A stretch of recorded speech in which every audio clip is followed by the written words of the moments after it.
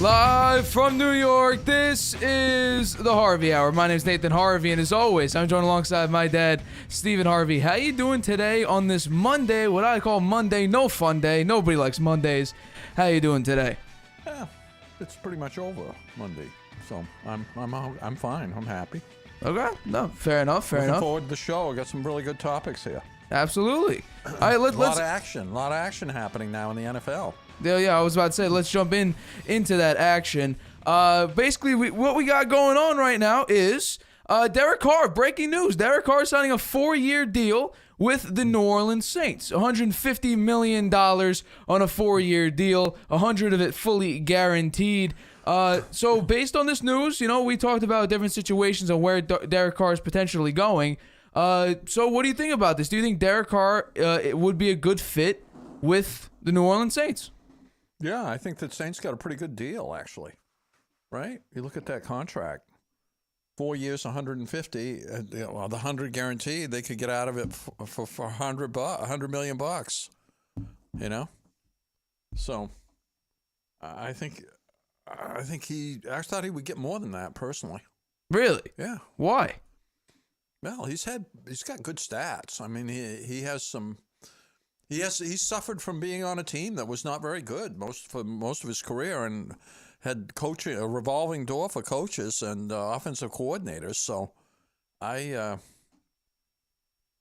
think that he'll do very well with the Saints, and I think that he's a good fit for them, and I think the Saints will be one of the strong contender in their division now, because Brady's gone, and the Panthers haven't been able to land a quarterback yet, and the Falcons, they don't have a quarterback either. Right. So I'd say the Saints will be maybe favored to win that division this next year. Well, they should be, absolutely. The defense is pretty good. Yeah, right? And they have some weapons on offense too. Alvin Kamara is good. Well, he may be in jail for all we know on the. Well, if he's not in jail, and he could be out there. No, yeah. If he's not in jail, yeah, he's a great running back. But I don't love this pickup, truthfully. I don't particularly like this, because I think we take a look at who's around there. We got the Jets who are out there. We got other teams that were looking at him. The Raiders dropped him. 49ers could have been an option technically if they wanted to go that route, but it wouldn't have been smart. I thought the Jets were a perfect fit here, just because I thought, they were just the overall better team. They were younger weapons. You had a top 4 defense. You had an okay offensive line. Running backs, I think, were right now better, depending on Alvin Kamara's status, but you had a deeper running back room. The defense was just better on the Jets. But Derek Carr is obviously getting an upgrade. He averaged, since coming to the league, the 32nd ranked defense in the league. He had a horrible defense. Now you're going up with the Saints, who have had a pretty good defense. I mean, a couple of seasons ago, they were number 4 in defense, and they've kept relatively the same pieces, dropping 1 or 2 pieces off here. They have Tyrann Mathieu. Their offensive line's okay, not great. I still think they can improve on that. But Mike still have the draft. You do. Michael Thomas. I mean, they didn't give up anything to get Derek Carr, just money. Yeah, you didn't really give up much. Yeah, exactly. Yeah. You didn't have to compensate, I guess I could say, for Derek Carr. But I will say this: you cannot say Michael Thomas is an asset for Derek Carr right now, because you haven't seen him play in 2 years. And when he was out there, he wasn't all that great either. He came in. He came in. He tried to come back this past year. Didn't look great. Ended up getting hurt again. Sidelined for the rest of the year. So he's unstable, and he's going to this year, which is I think it's essentially a contract year, because I believe his cap next year is ridiculous for a wide receiver. So he's coming in and he posted. Play well this year. He's better playing for a contract. Well, I mean, he said on Twitter already, "Thank you, Jesus." The year they play for a contract is usually a very good year for most players. Yeah, if they're healthy. I'm going to say this team makes sense because they were the first team to talk to Derek Carr when the Raiders let him choose where he wants to go. and they opened up access for teams to talk to Derek Carr. This was the first team that he talked to. The Jets, I got to say with them, they were hyping Derek Carr up so much, calling him a first ballot Hall of Famer potentially, and saying like, oh yeah, Derek Carr's in his Matthew Stafford status where his talent's being wasted on a horrible team, but if he goes to an actual team, he can go out and win a Super Bowl. That's what Robert Saleh was saying. I think, you know what? I mean, but this sort of makes sense. Derek Carr, South guy, Southern guy, you know, Southern. He has that Southern hospitality. He goes into now New Orleans. He comes in, you know, New Orleans is a very loyal community, I would say, especially when it comes to football. You know, when Drew Brees came in there, they embraced Drew Brees, and as soon as he had success there, no matter what Drew Brees did, it seemed like the Saints fans were always super loyal to him. New Orleans is a party town. That's true. Bourbon Street, right? Yeah, but the I mean, French Quarter. You're not gonna see Derek Carr go up party there. town. You're not gonna see Derek Carr go up and, you know, on was it whatever that like you said, Bourbon Street. Or No, I'm whatever. not saying him, but I'm saying the fans and they I think they get well lubricated before the game. You think? Well, I guess that's true for a lot of teams. You know, partying before the game. Well, I wouldn't say that. But I've been to the Superdome once, and it's quite a facility.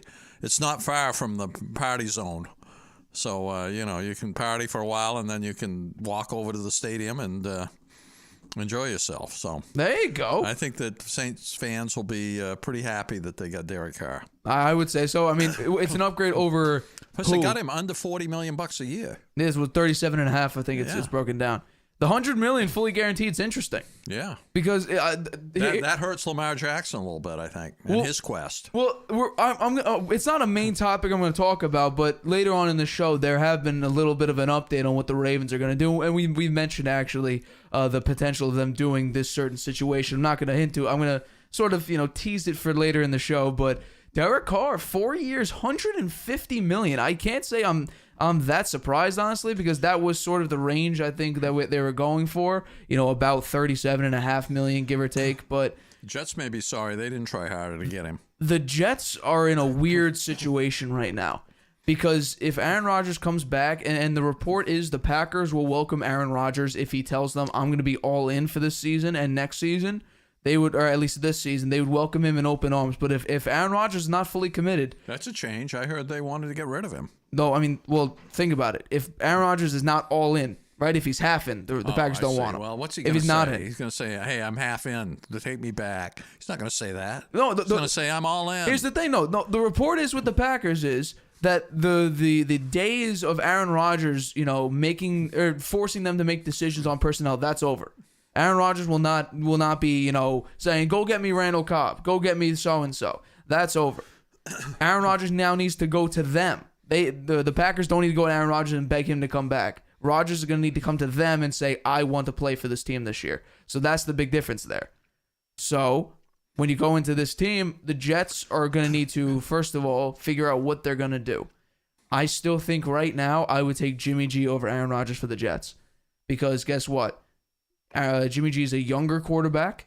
He is severely less expensive. You don't need to give up nothing for him. Are the Raiders interested in him now? I thought you said that. You told me that. Yeah, no, the report is the Raiders and Jimmy G are very, very close. That kind of contradicts the McDaniels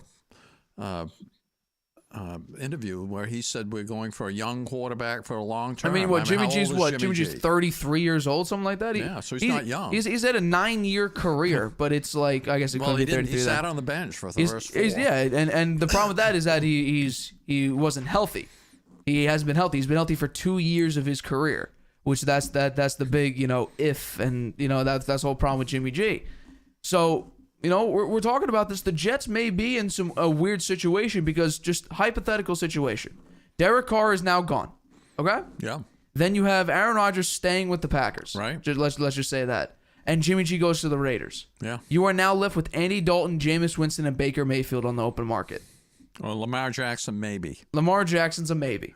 Yeah. But here we're going to talk about Lamar. It's getting interesting for Lamar Jackson. I don't think the Jets are going to land him. I don't. No. It seems very, very unlikely, but well, I think Jimmy G should be really happy, right? He's put himself in a good negotiating spot. Yeah, I would say so, definitely. Particularly if Aaron Rodgers stays with the Packers, I'm sure Jimmy G's going to wait and see what happens there before he strikes his deal. Right. No, that is a very, very good point. But, you know what? I mean, would you say the amount is, the right amount? I think it's a pretty good deal for the Saints. I would agree with that completely. Because what kind of money do you think Jimmy G will land? I think it's going to be between 30 and 35. It's going to be below Derek Carr. Yeah, you think so? Absolutely. I think Derek Carr's a better quarterback. Same number of years, though? What would I say, 4 years? I go 4 or 5, I would say. Yeah. For Jimmy G. But, it depends on what his market's worth. If his market's not worth squat, then there's no point in doing anything. His market's quite good for him right now, right? You there aren't think? many quarterbacks left, and he's one of them. And there's quite a few teams that are still looking. Really? You think so? Yeah. Ooh. The Panthers are still looking. Yeah, he's not going. The Jets are still looking. The Raiders are still looking. That's true. The Raiders, yeah. No, I mean. So it's 3 teams. The Colts. Who are the Colts going to have as their quarterback? Colts going to draft. That would be my guess. The Colts are going to go draft probably someone like a Will Levis, depending on where they actually want to go with their franchise. But that's my guess. With we're going to do a mock draft. I think. I think that's what I have on the horizon of us. What number do the Colts pick at? I believe they're number 4. Okay, so they should be able to get a pretty good quarterback. Well, here's the thing: they may trade. They may trade up to that number 1 spot to try to get a Bryce Young or a C.J. Stroud before the Texans or anyone else like that. Yeah, the Texans aren't going to trade down, right? They want that quarterback, I would think. Well, no, I'm not. I'm not saying that at all. No, the Texans are staying. I'm talking about the Bears pick. The Bears have the number 1 pick. The Bears are 1. So they would try to jump that, and yeah, no, the Colts do have the number 4 pick. Just wanted to double check on that. So here's the problem with Derek Carr right now. I am extremely excited to see where or how well he plays with the Saints, but I don't like this pickup at all. I don't like as soon as this pickup went through, I'm like, I don't like it. I just have the weird feeling. Why? I have the weird feeling that this is not going to work out as well as people are hoping it would. But why wouldn't it? Because I think let's go down the line offensively. It's close offensively, but I think the true impact of each player, right? So let's go. The offensive line is comparable. I think they're average to good offensive lines. Although the Raiders have, some definite deficiencies on the offensive line. Running back, you have Alvin Kamara, who may be in prison. On the Raiders, you had Josh Jacobs. I would take Josh Jacobs over Alvin Kamara. Especially recently, Josh Jacobs has outperformed Alvin Kamara. True. Okay? Let's go weapons. Okay? Let's go wide receiver 1. You have Michael Thomas, who is injury prone. He hasn't played in 2 years. Then you compare him to Devontae Adams. Then you got Chris Olave versus Hunter Renfrow. Then you go to a tight end on the Saints I don't even know, to Darren Waller. The Raiders have better talent on offense. I would say you're right. And then on defense, but I'm not the Raiders talking, defense I'm is talking terrible. about it on from the point of view of the Saints. Right. He's definitely better than Andy Dalton. 100%. Okay. He's better than Jameis Winston. 100%. Okay. So he's going to make the talent around him better. It may not be as good as the Raiders' talent. Right. But they're playing in a weak division. So I think that's true. I think he is the best quarterback in the division. I'll give you that. How many games did they win? Last season? Yeah. I think they won 7, 6. Did they win 7 games? I thought maybe 6. Bring it up right now. They won 6 and 11. 6. So.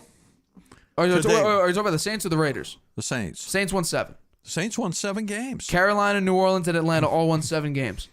Huh. So. I think in their division they could win. They lost some games in their division, I assume. The Saints are the best team in this division right now. With adding Derek Carr. That's what I'm saying. Yeah. So they've upgraded, and they probably can pick up 2-3 wins out of it. I took a picture here because I was very, very curious. The quarterbacks in this division now are absolutely ridiculous.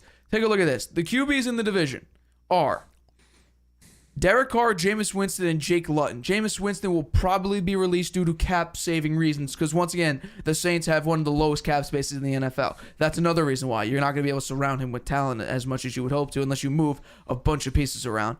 The Falcons have Desmond Ridder and Logan Woodside. Who's Logan Woodside? Who knows? Never heard of him. Desmond Ridder, he's a young quarterback, needs to develop. He looked okay, not great. The Buccaneers only have Kyle Trask. Only have him on the roster. And then the Panthers have Matt Corral and Jacob Eason. Sam Darnold isn't even on the roster right now. He's a free agent. And P.J. Walker, he's P.J. Walker. Yeah. So I would say you're going to see Baker Mayfield back in that division somewhere. I'm saying Baker Mayfield to the Bucks. I've been saying that because it was just a random thing. I was like, imagine Baker Mayfield throwing to Mike Evans. What happened to Gabbert? He's an old quarterback. Yeah. But how come he's not with them? He's not under contract right now. So who knows what's going to happen there? I don't know. I don't like this. I don't hate it. I don't hate it because he's going to a significantly better situation, at least franchise-wise, because the Raiders are the Raiders. They've been a mess for seasons. The Saints made a good decision for themselves. Oh, no, that's yeah. No, I agree with that because you have no one compared to Derek that. Carr may be a little frustrated because he's not going to have the kind of talent he had with the Raiders. Right. So that could be an issue. But again, he's playing against teams in his division that not the same caliber as in the Raiders division. Right. Right. So things may even out. I think the Saints will be the team to beat in that division. Really? In that division. Well, yeah. I don't know. They may wind up with a 9-8 record or 8-9 and make the. I mean, the 8-9 won it last year. 8-9 got them into the playoffs last year. The Bucks. So they don't have to win that many games to get into the, and they don't have to win one more game what they won this year. Right. So I think they've made a good choice landing him. Here's the thing: if Aaron Rodgers retires or goes to the Jets, you got Jameis Winston. I'm sorry, you got Jalen Hurts. You got Dak Prescott. Could you make an argument that Derek Carr becomes the third best quarterback in the NFC behind Jalen Hurts and Dak Prescott? Who? Derek Carr? Because right now, if Aaron Rodgers goes to the Jets, let's just say the Jets get their guy. Yeah. Is Derek Carr not one of the best quarterbacks in the NFC? In the NFC? In the NFC. He's top 5 at least. Yeah. Well, who else is in the NFC? You got Jared Goff. You got Jalen Hurts. Jared Goff. He's played very well last year. He has. No, I'm going to give that to you. You got Kirk Cousins, who, he's not great. Well, he played all right, right? Justin Fields, right now he doesn't have a team. He's very good. He's very talented, but we got to see him throw the ball. Daniel Jones. We're going to get into him later. No, stop it. You got Kyle Trask. You got no one in the NFC South. You got Brock Purdy or Trey Lance. No. Well, let's go. Come on. If they're healthy, Brock Purdy is a pretty good quarterback. Okay. He won 8 games. He never lost a game. We saw a Cinderella story. Come on. He got hurt. He didn't get a chance to finish a game where he might have won it. In the NFC Championship game. I don't think Brock Purdy's going to come out and do the same thing he did last year. I think that was just a weird situation. I think that was just a weird situation. And besides, it's Trey Lance's team. Kyle Shanahan already said that. So we're going to see exactly, if he actually lives up to that. He said that this year? He said that last year. Well, last year, but now he may not be so sure. Oh, Brock Purdy played well. Yeah, that's the question mark. 8 games. What will happen with that? Never lost a game. Fair. You got Geno Smith signing a 3-year deal today, $105 million with the Seahawks. That's a decent deal for the Seahawks, I think. Matt Stafford injury prone. We don't know if he's even going to be available. Yeah. And then you got Kyler Murray, Call of Duty Kyler. He's not been that great. And then you also got like Sam Howell. So you could definitely make an argument that Derek Carr is top 5 in the NFC right now. Top 5, I agree. Top 3, I'm not so sure. The Saints in this division will make a 4 seed, play a team like maybe a Detroit. Because if Aaron Rodgers leaves, I'm betting that the Detroit Lions win the NFC North. If Aaron Rodgers leaves, I think there's a decent chance that Detroit wins that division. Yeah, you could be right. And Lord knows how many years that it's been since the Lions won. It's been what's Kirk Cousins going to do? He's available too, isn't Technically, yeah. I mean, he was on a 1-year deal, fully guaranteed deal this year. So he's a free agent, right? I mean, I don't actually know that situation. How come nobody's talking about him? I'm not familiar with that situation. I got to go in depth in that. We might want to talk about that next show. Yeah, well, what's going on there? We'll figure it out. If there's any hype around Kirk Cousins, which I don't believe there is, but. We're at the 30-second break now. Next up, we're talking about the New York Knicks and their ultimate win against the Boston Celtics. 9 in a row they've won. It's very impressive. That right after this. You have a lot to say. Maybe you've thought, I should start a podcast. Meet Anchor, the easiest way to make a podcast ever. It's a powerful mobile app and web tool that lets you record a podcast anywhere and distribute it everywhere. It's great whether you're a seasoned pro or just starting out. And it's 100% free. You can record your show straight into Anchor on your phone, iPad, or the web, using any mic you want. Record alone or with friends or co-hosts anywhere in the world. You can add background music and transitions, and your listeners can send you voice messages that you can incorporate right into your next episode. If you want to produce your show using another app, you can upload your own audio directly from web or mobile and still take advantage of Anchor's totally free podcast hosting. Once your podcast is ready to publish, Anchor can automatically distribute it to every major podcast platform. That includes Apple Podcasts, Google Podcasts, and Spotify, so your listeners can hear your show wherever they want. And on the web, you can see detailed analytics about how people are listening. Plus, you'll get a great-looking profile page where anyone can listen to your podcast or subscribe to it. And if you want to ask your audience to support your work, Anchor makes it easy to collect monthly payments from the people who love your podcast and want to see it grow. You really don't need a recording studio, expensive equipment, or a bunch of technical knowledge to deal with a podcast feed. Just get started and join the diverse community of podcasters already on Anchor. We can't wait to hear your podcast. Welcome back to the Harvey Hour. My name is Nathan Harvey, and as always, I'm joined alongside my dad, Stephen Harvey. Let's get into our next topic because we're talking about the New York Knicks. A very, very impressive win by the New York Knicks last night against the Boston Celtics, who are currently 1.5 games behind the Milwaukee Bucks in the Eastern Conference. You got Julius Randle, Emmanuel Quickley, and R.J. Barrett combining for 98 of the 131 points scored for the Knicks, which is incredibly impressive. The Knicks are currently on a 9-game winning streak, and since the Knicks acquired Josh Hart, they're undefeated, which is incredibly impressive because people thought, why are you giving up so much for Josh Hart, who was a bench player? But he's been very, very good for the Knicks. So I'm going to ask you, do you think, with the way you've seen the Knicks play thus far this year, can the Knicks make a serious run at their first finals appearance since 1999? Finals? I don't know. I don't think they can get past... Well, I like to think they can't get past the Celtics, but the Celtics have been playing poorly lately. Ever since they gave Joe, what's his last name, the coach? Joe Mazzulla. They named him the full-time coach. The Celtics have not played well. I don't know what the deal is there. I don't think the Knicks could get past Milwaukee. You know? I mean, they beat the Celtics twice in a row now, so I guess you could say they're very competitive against them, and I think it's the Celtics and Milwaukee, the two best teams in the East. So I think it'd be hard for the Knicks to get past Milwaukee if the Celtics falter here. So no, I don't think they can make it to the finals. Woo! I don't think a lot of they won 9 in a row. They have won 9 in a row, and Brunson didn't even play last night. He's not even listed on the chart here. Wonder what happened to him. I'm actually not sure why he was out last night. I'll look up if he's hurt, but I don't think he is.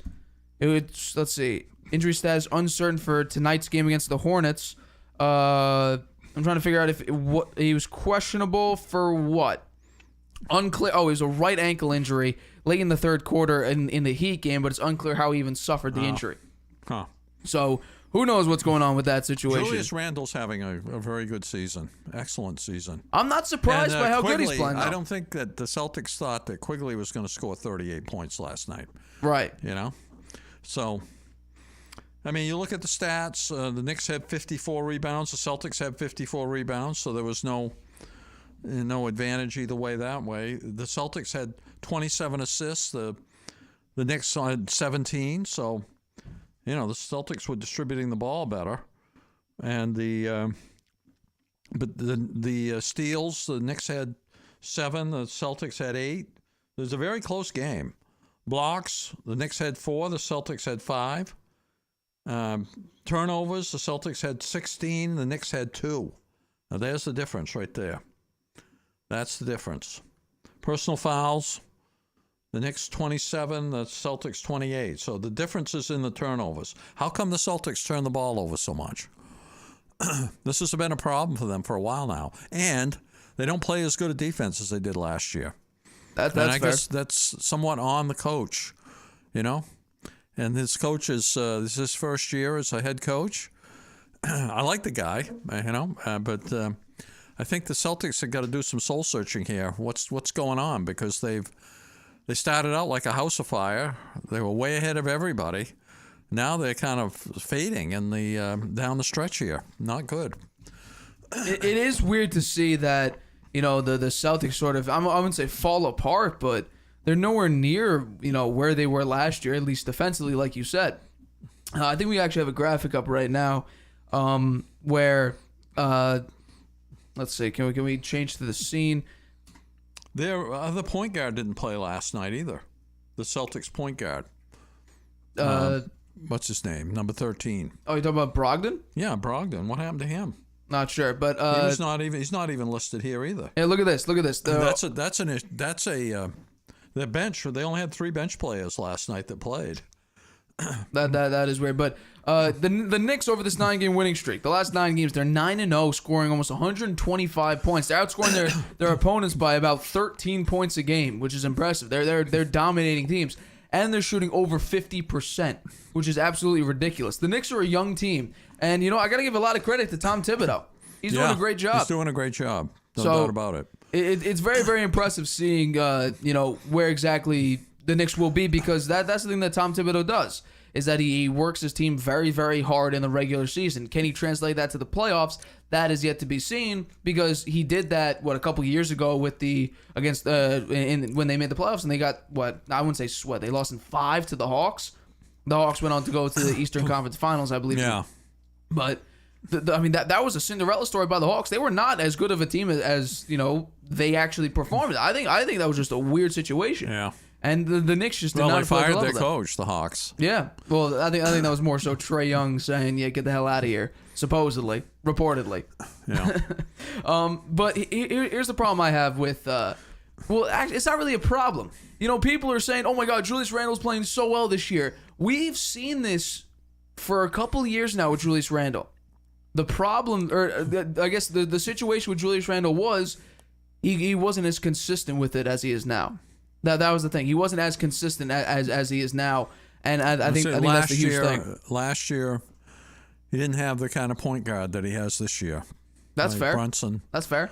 But last night, he had 31 points, and Brunson didn't even play. So Quigley is the guy, I think, that is the guy that has really stepped up and impressed more than I think. I think he's played better than people expected he would this year. No, expected absolutely. from Barrett, right? Barrett was a very high draft pick. Right. It was a heralded player. So although recently I'm hearing a lot about how, you know, at least I have a couple of Knicks fans that, you know, I talk to. You know, I got to say, RJ Barrett hasn't been as great of a pickup as people would hope. I mean, think about Evan Fournier. He was good, a year or two ago, and this year he's not even being used. Yeah, he didn't play last night. He didn't play. Derrick Rose, you know, I love Derrick Rose. He's not playing. He's getting hurt all the time. He's just not getting the minutes. I think they're saving Derrick Rose for the playoffs. He's not the same player as he once was. I don't think they're saving him. He's a veteran, and he has a lot of experience, I think, in the playoffs. You know, 12 to 14 minutes a game. I bet you'll see that from with Derrick Rose. Maybe. This guy Hart. Josh Hart, yeah. Yeah, he had 8 rebounds. Yeah, he's a shooting guard for him. He's out there getting 8 rebounds. He scored 10 points. 10 points. Almost got a double-double coming off the bench. I know. You know, here's the thing. Quinn Grimes is not a great player. I don't think he scored 4 points in 25 minutes. There's 2 shots. I mean, you could put Josh Hart into the starting lineup and still probably have the same amount of success.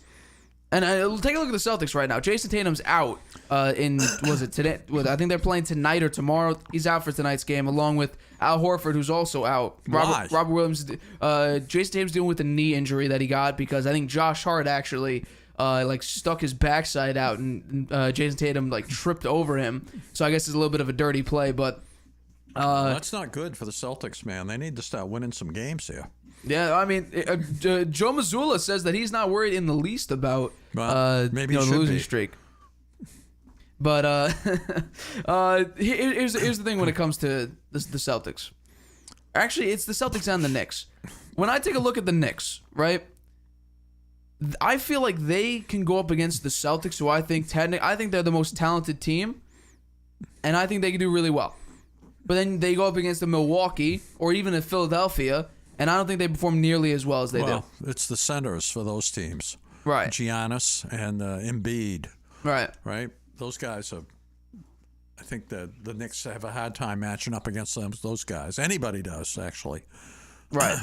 But like that's the weird thing, though, is that I think that they can go up against a team, like a Celtics team, who I think is the most talented team, in totality of a team, from the starters to the bench, and they could dominate. They won 3 of 4 this year. But then you go up against an Embiid or a Giannis, who have one really, really great player, and I don't think the Knicks get anywhere near the same success. And that's the crazy... I guarantee you, it probably makes no sense. But we've seen this year. The Knicks against the Celtics and against the Warriors, teams that have incredible depth and have incredible high peaks into Curry, Klay Thompson, Draymond Green, Andrew Wiggins. And for the Celtics, you have Jaylen Brown, you have Jason Tatum, you have Malcolm Brogdon, Derek White. You have a tremendous amounts of talent, and you beat up on the team. You go up against a Giannis, or you go up against an Embiid. Even you go up against the Cavaliers, who they could right now win 3 of 4. They're 2-1 right now. They can go 3-1. They play late in March. I think it's March 31st they play. You go up against a team like that, and I'm a little bit nervous about how the Knicks play. But you go up against the Celtics, and I'm like, the Celtics should win this game. They're the better team top to bottom. The Knicks go in and crush them, win 3 of 4. You go up against the Warriors. They can't win on the road. We saw it again against the LeBron-less Lakers.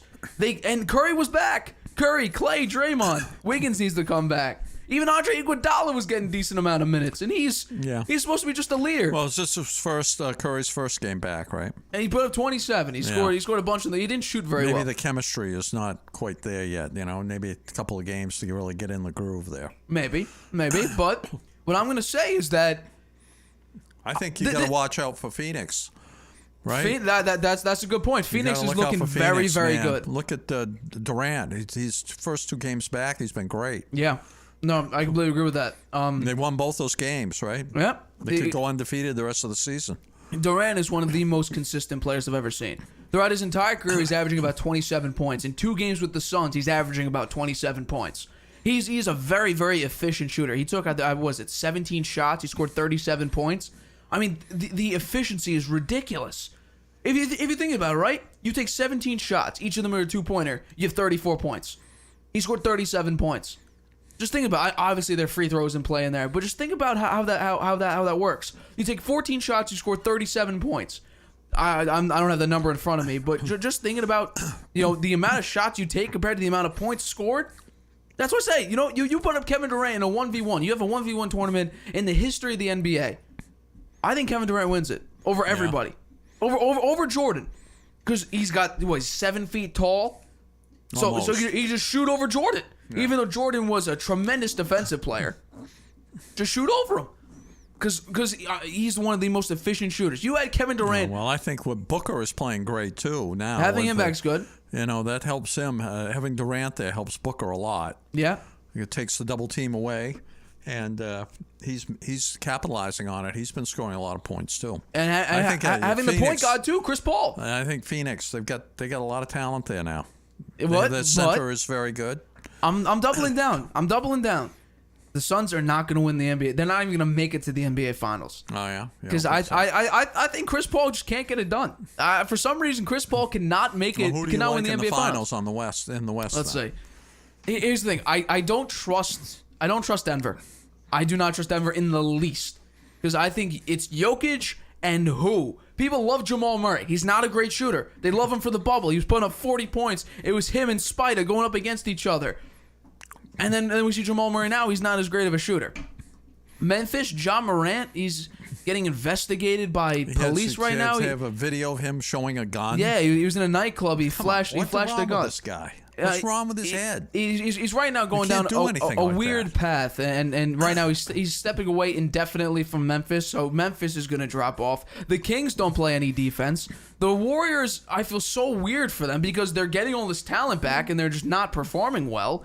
The Clippers, they're not that great. They won their first game with Russell Westbrook. Now, congratulations to them.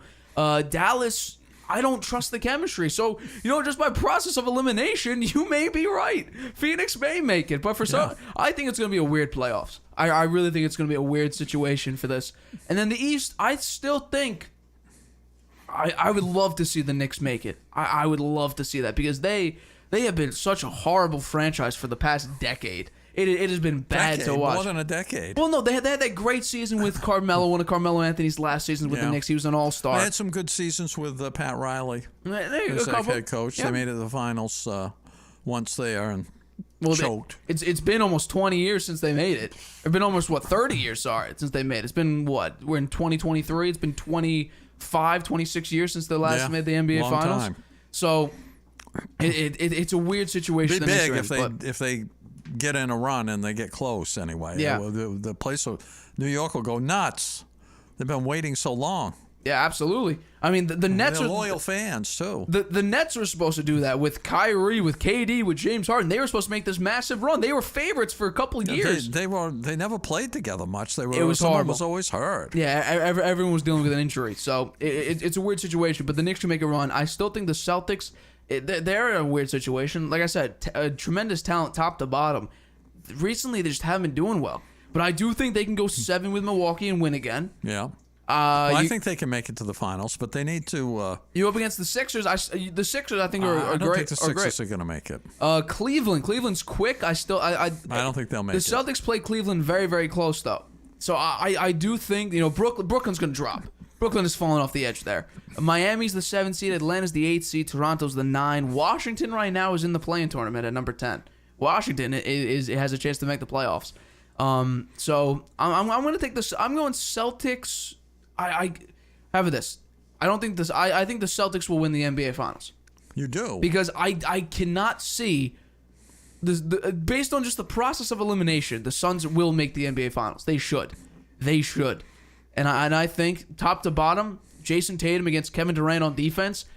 Kevin Durant got absolutely obliterated last year in the playoffs. Got swept by the Celtics, and Kevin Durant shot horribly. Kevin Durant was basically a no-show. It'll be better with the Phoenix. Yeah, because he didn't have anyone around him. Well, he had Kyrie was there, but he didn't play well either. He had that one great game. He dropped like 40-something points in the game. So I just by process, I don't feel good about it, but by process of elimination, Phoenix, Boston, I'm taking Boston to win in 6. That's my right now. That's my prediction. If I see a team perform well, I hope you're right. I'd love to see that. They're my team. No, I mean, who knows? I don't feel great about it. I do not feel great about it. They got to stop with the turnovers. Come on, it's 16 turnovers. Yeah. Knicks had 2. Yeah, that's why they lost. It's bad, And Jason Tatum didn't shoot great. He shot what? Yeah, 40 points. 12 of 30, which is not great. 6 of 17 from the 3. Al Horford only started to shoot really well late in the game. He didn't really shoot the ball. He missed the last shot. He had the chance to win it. He took the shot. He was taking some crazy threes that were going in though. Yeah. And there was a driving layup by Tatum. I believe it was at the end of the first overtime. It was all tied up. It was just a horrible effort, I think. I didn't think that was a great opportunity to try to win the game there. But let's get to our next topic though, because we are talking about Daniel Jones. Because I believe it was after Friday's show that a new report came out to say that Daniel Jones' first offer was $48 million a year. More than Mahomes he was offering, or he was asking for. More money than Patrick Mahomes he wanted. And then the Giants countered with an offer between $35 and $39 million. And here we are now. We've come to the trade deadlines tomorrow at 4 p.m. with no deal, it seems, right now in sight. You're taking a look at it. Daniel Jones' agents are going to go visit with the Giants sometime in New Jersey to figure out, how to get a deal done. Or the Giants have already said they're going to franchise tag Daniel Jones if they can't get a deal done, which, Well, what's that mean for Barkley then? We'll get into that. So I'm going to ask you, let's say, should the Giants franchise tag Daniel Jones? Or do you think that, they'll be able to come to a long-term deal?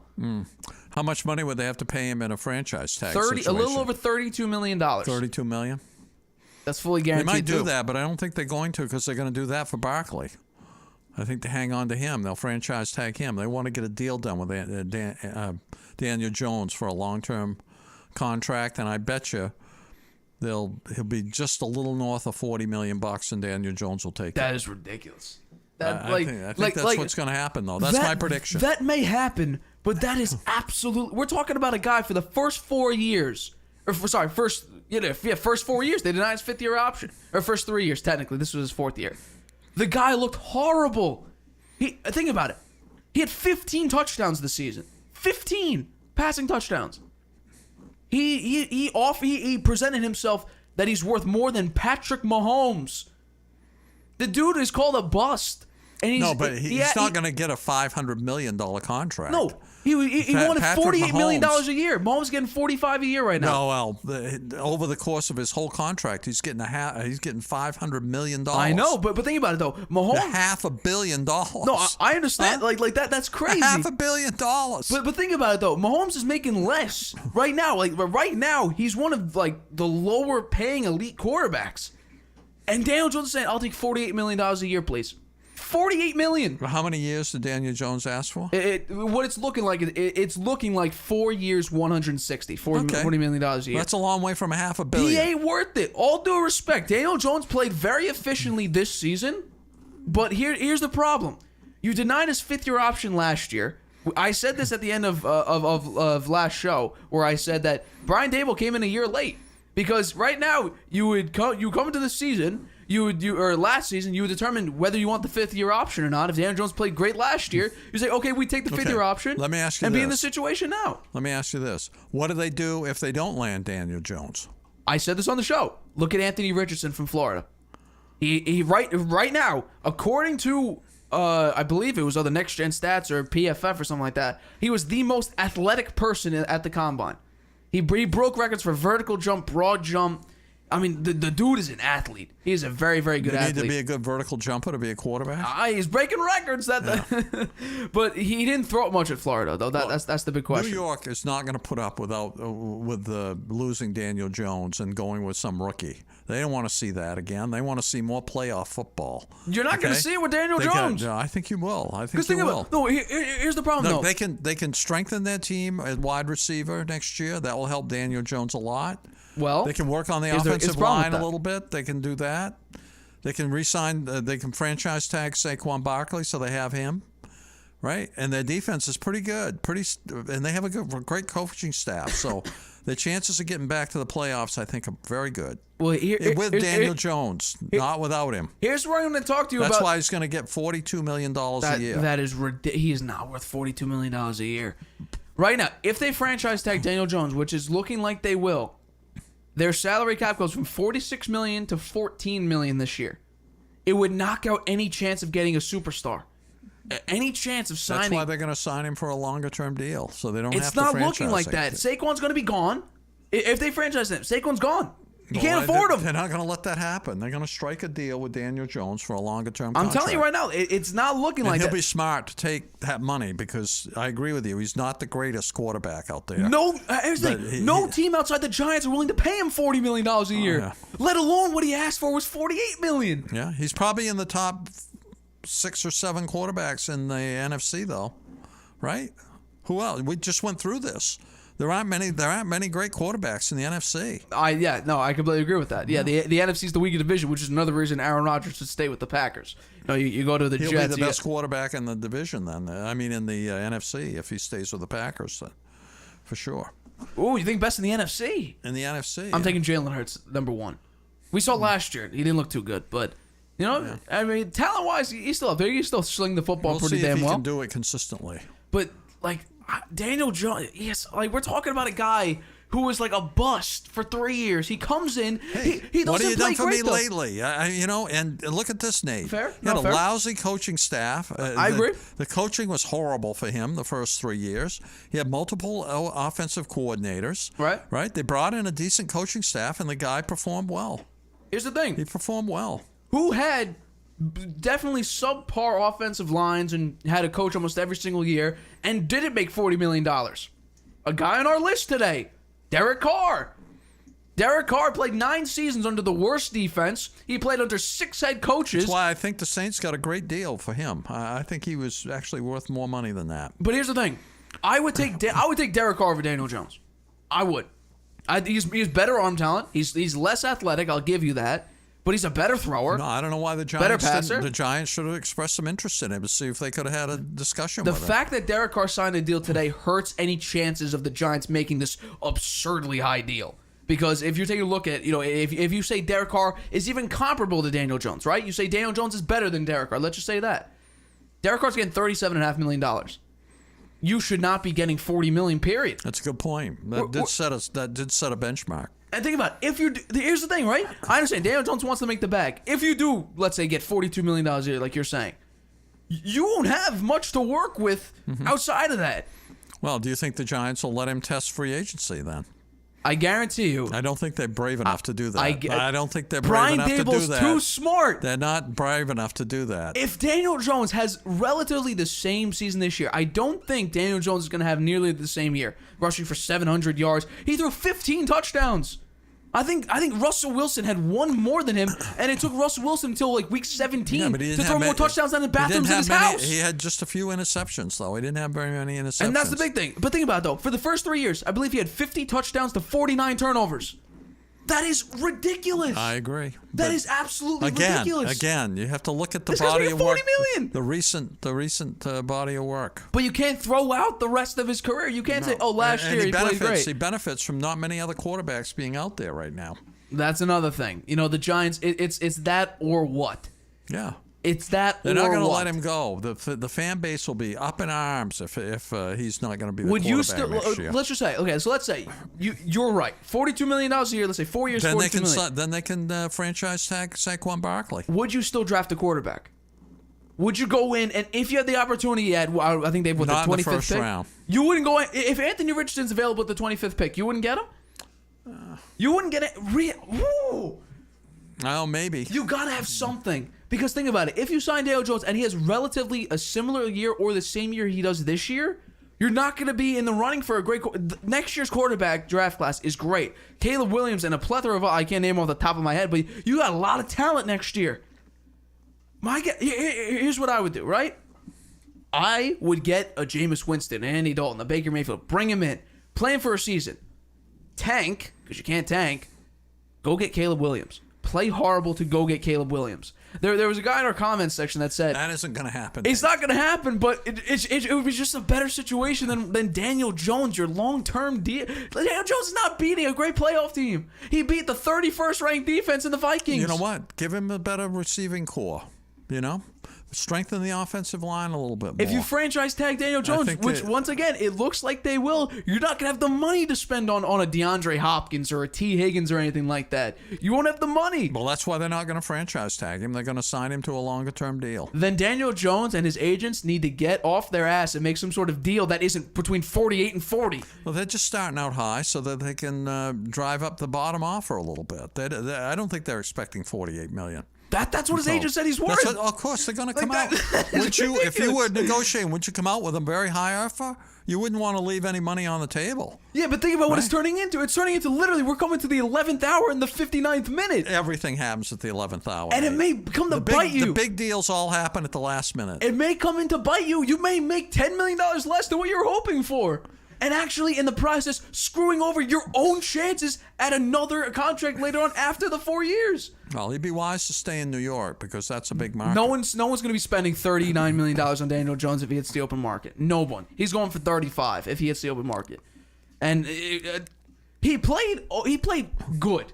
Well, then you know what? Good. Then the Giants could come back in and make another offer at 38 or 39 to land him. It should be between 35 and 39. They're not willing to risk it, though. I guarantee you they're not willing to risk that he might go sign somewhere else. There's plenty of teams that would go after him, Nate. There are plenty of teams that would go after him. The Panthers could go after him. Panthers could go after him, you're right. The Colts could go after him. Colts are going to draft. I think the Colts could. They would if You they would compare take Daniel a hard Jones. look at Daniel Jones. You look at Daniel Jones, you look like a Will Levis, who I think is underrated. You take a look at a C.J. Stroud maybe from Ohio State. Bryce Young isn't going to be available at that point, but if they trade up, you have Bryce Young at number one. Maybe I think they would look at Stroud because he's close to he's in that area. He went to Ohio State, right? Indianapolis, Indiana. That's not far away. So a lot of people follow that guy. So he would be a good draw probably. So he's got a lot of talent. So.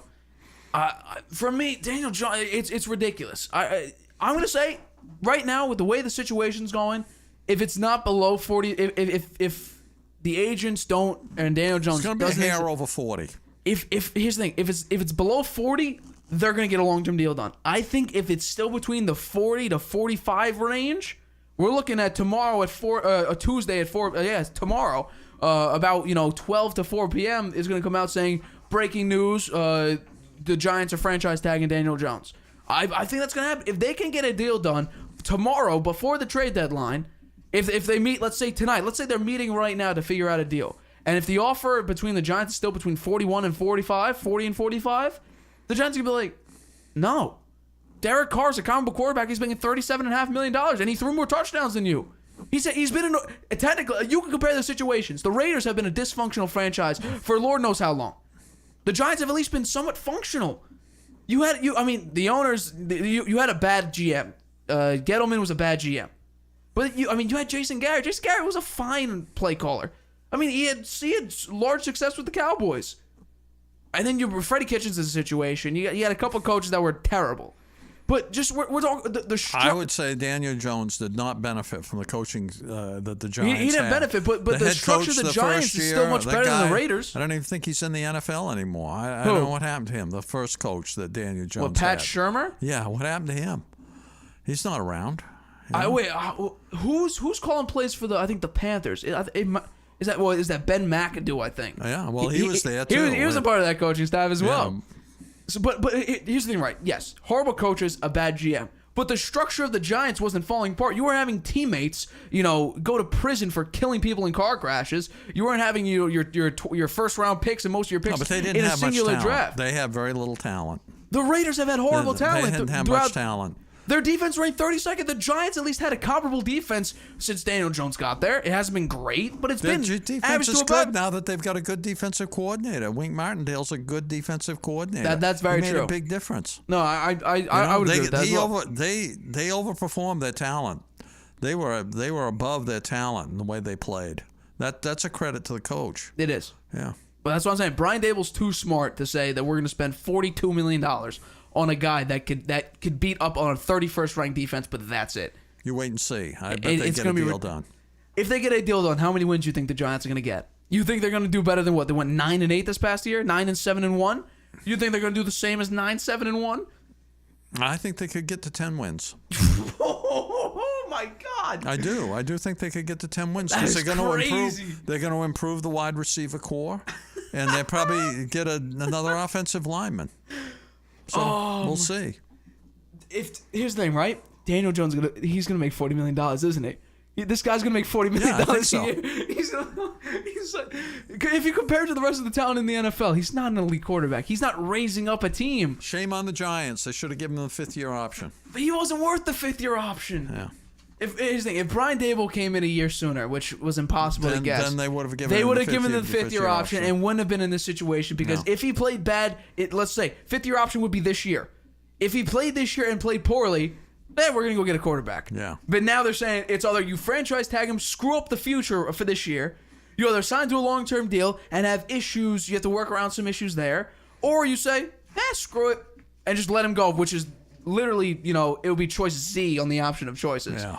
So he shouldn't be the future, but we'll see what happens. It's going to happen soon. We're going to know we'll know by the show on Friday. Yeah, it's going to be very, very interesting to see what exactly gets broken down here. Let's go into our last topic before we go throughout, just some of the Harvey headlines, which we're going to get to at the end of the show. But the next topic, we're talking about something came up today. According to Rich Eisen, he was hearing a lot of things down at the NFL Combine in Indianapolis about Brady actually not being completely done. And we've talked about this. We talked about Brady potentially returning as a Buccaneer. We talked about Brady going to the 49ers, literally past Friday. Mike Silver for the San Francisco Chronicle said it makes too much sense for Brady to come back and play for the 49ers.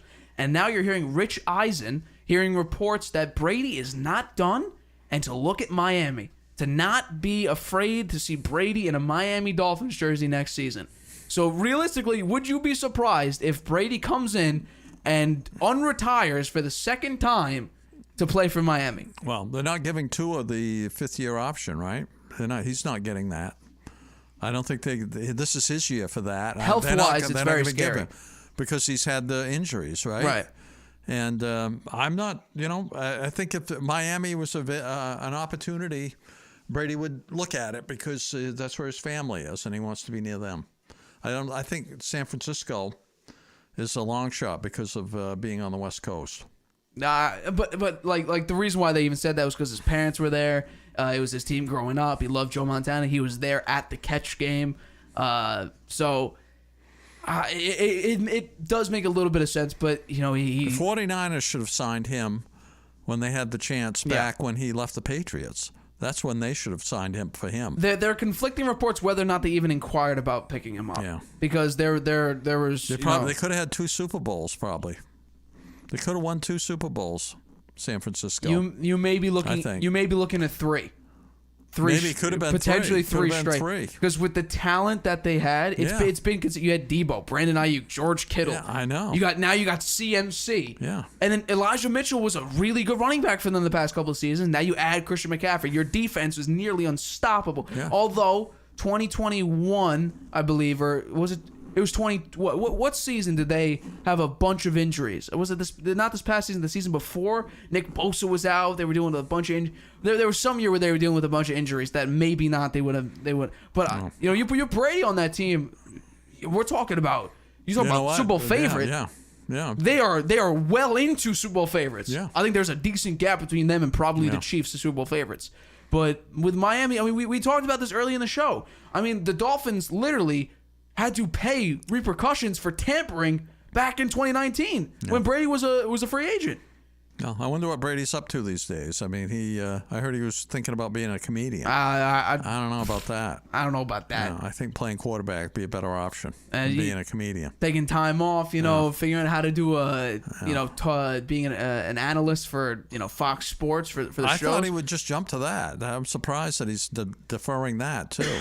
I'm sure Fox is not too happy about that. I mean, I still can't believe the number's 10 years, 375, and that's going to be he's going to spend. He's going to get more in 10 years than he did in 23 playing quarterback. Yeah. Talking about being the lead analyst. You know what? If he even thinks he might consider playing football, he has to do it next year because he's not getting any younger.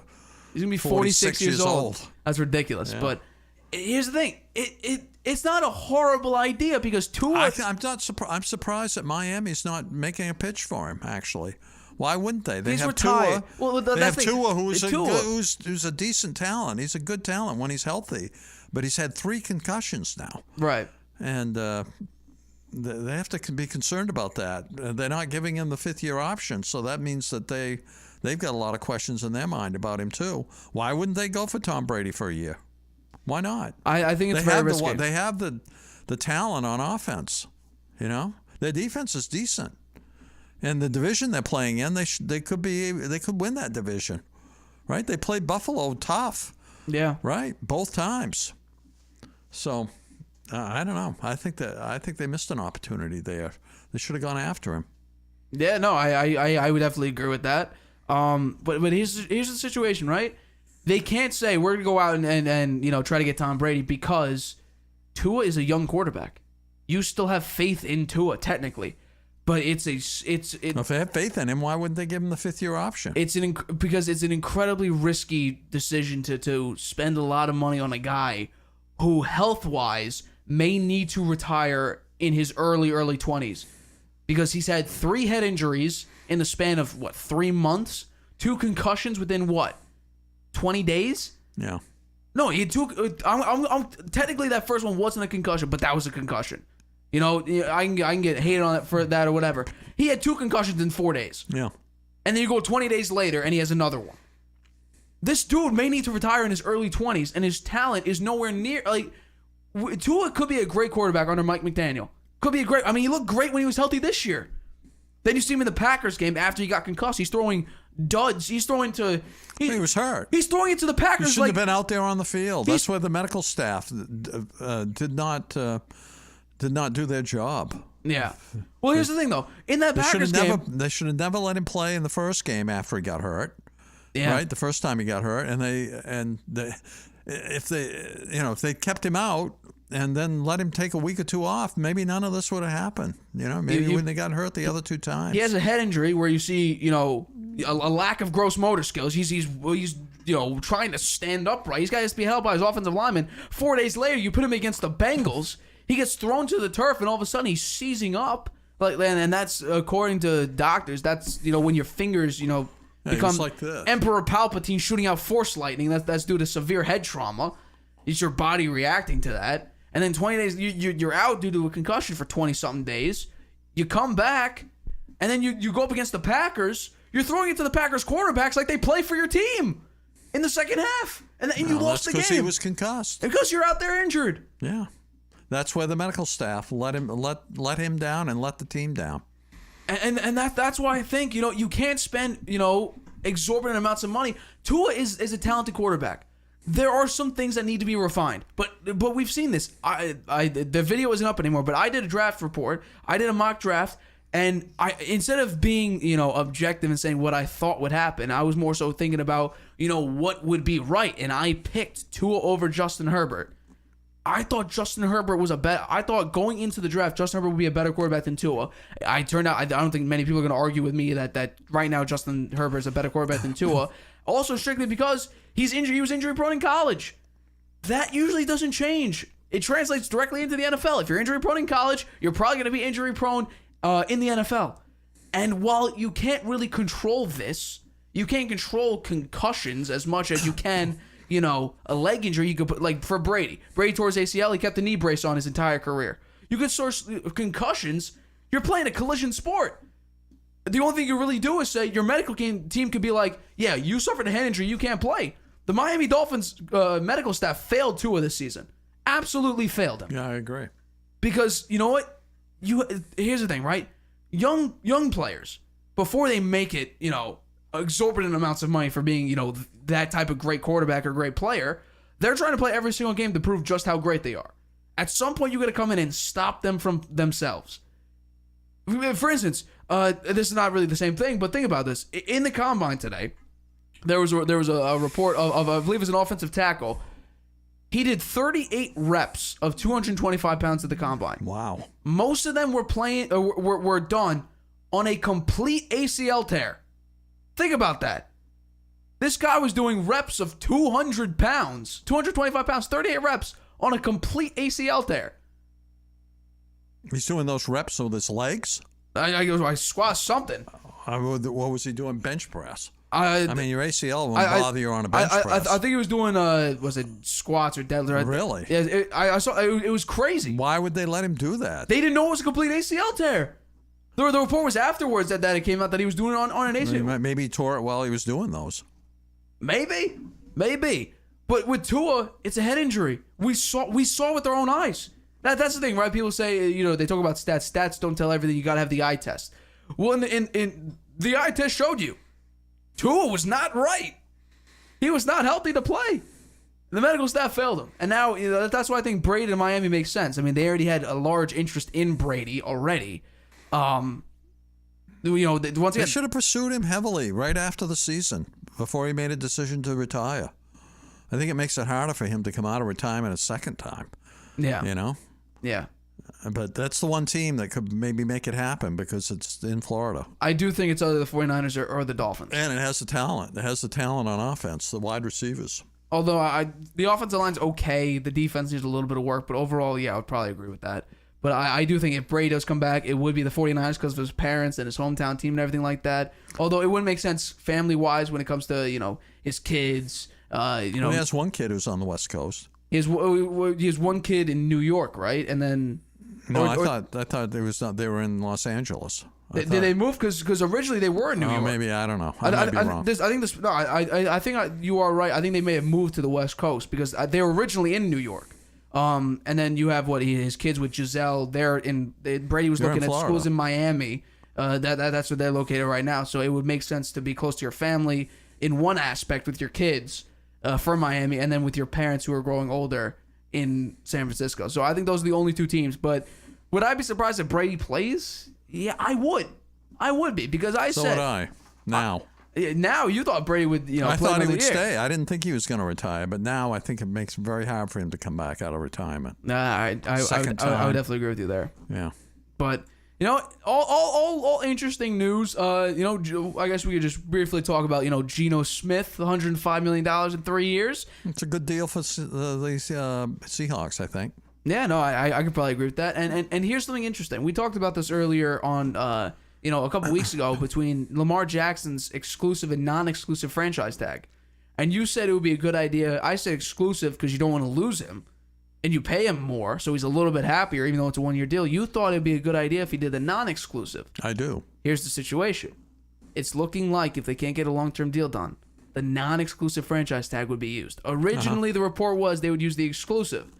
Now, because the contract negotiations are going to, rock bottom, it seems, now the Ravens are putting it on Lamar saying, you want to know what your value's worth in the NFL? We're going to put the non-exclusive franchise tag on you. I think that makes the most sense. If you're worth $250 million fully guaranteed, we'll see if another team pays you that. Yeah. Because then if you put the non-exclusive franchise tag on, a team can make an offer on Lamar. That opens the door for the Jets. It does. It does open the door for the Jets. But the Ravens could match it, and then Lamar would have to stay on that deal. Yeah, well, then they'll find out. Or here's the thing. Then Lamar will be happy.